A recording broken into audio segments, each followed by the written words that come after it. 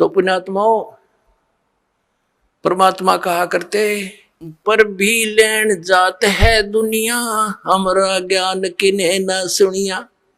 ये वहां धक्के खाने जाओ तीर्थों पर, वहां पता नहीं कहाँ का, हमारा ज्ञान किसी ने नहीं सुना। अब पुण्यात्माओं, ये तीर्थ कैसे बने? अब जैसे अमरनाथ धाम है, ये कैसे बना?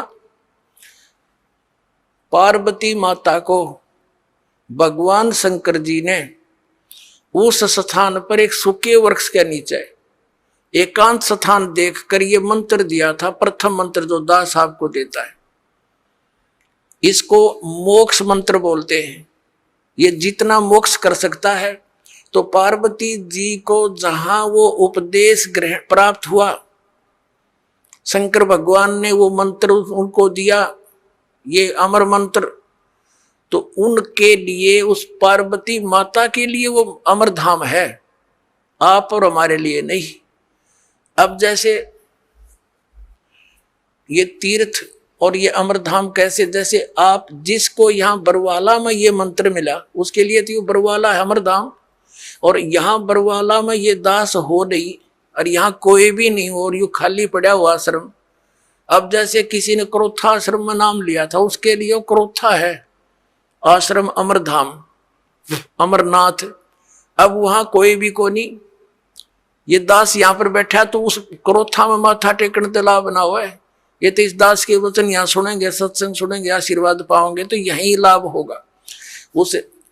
तो अमरधाम जो है वो एक आदरणीय स्मारक तो है कि यहाँ पर ऐसी घटना घटी थी, लेकिन आपके लिए वहां जाने से कोई लाभ नहीं होगा। आपको तो वैसा ही संत खोजना पड़ेगा जिसके पास वो अमर मंत्र हो, और वो अमर मंत्र आपको चाहे बरवाड़ा की गली में मिल जाए दास, और वहां उपदेश प्राप्त हो गया, तो वही आपके लिए अमरनाथ है।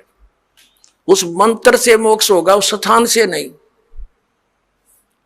पुण्यात्माओं, जैसे तीर्थ कैसे बने, इसमें बहुत से प्रमाण है कि एक ऋषि था, उसने वहां बैठकर साधना की और उसने मोक्ष प्राप्त किया। पुण्यात्माओं, जैसे एक हमाम दस्ता होता है सामग्री कुटन का, दवाई दुई कुटन का, लोहे का मुसल सा वो 1.5 फुट का, और 2 फुट का, वो 1.5 फुट का, 1 फुट का ऊंचा, 9 इंच चौड़ा होता है। वो किसी का पड़ोसी ने मांग लिया और उसने उसमें कुछ सामग्री गुट्टी अवन की, और वो वापस दे गया मांझ धो के कति साफ करके, उनको लौटा गया जिसका था। उनको रात्रि के समय जब वो सोने लगे तो महक आ रही थी। उन्होंने देखा ये महक कहाँ से आ रही है, देखते देखते देखा ये तो इस हमाम दस्ते में से आ रही है। तो उन्हें देखा हो इसको तो पड़ोसी ले गया था मांग के, उसने कोई सामग्री कूटी है।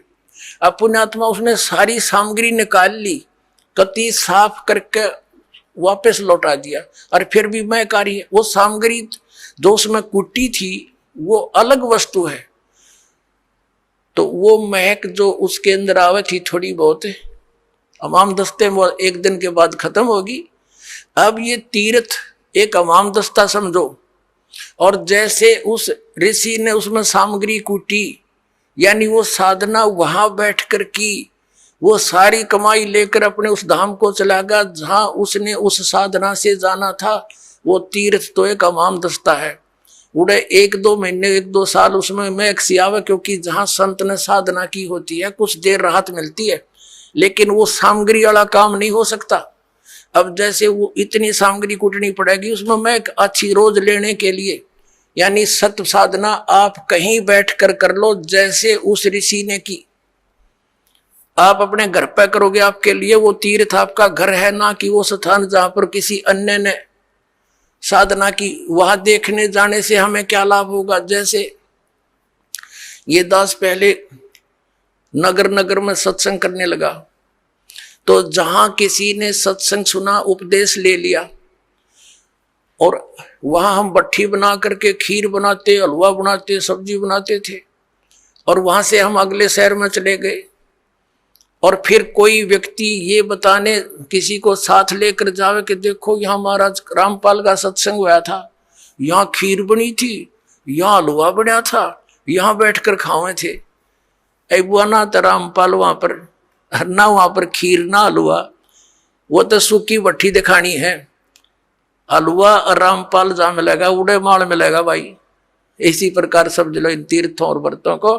तो ये सतलोक आश्रम आपके लिए उन सब धामों और तीर्थों का काम करेगा। यहाँ आओ, अपना कल्याण करवाओ। बोलो सतगुरुदेव।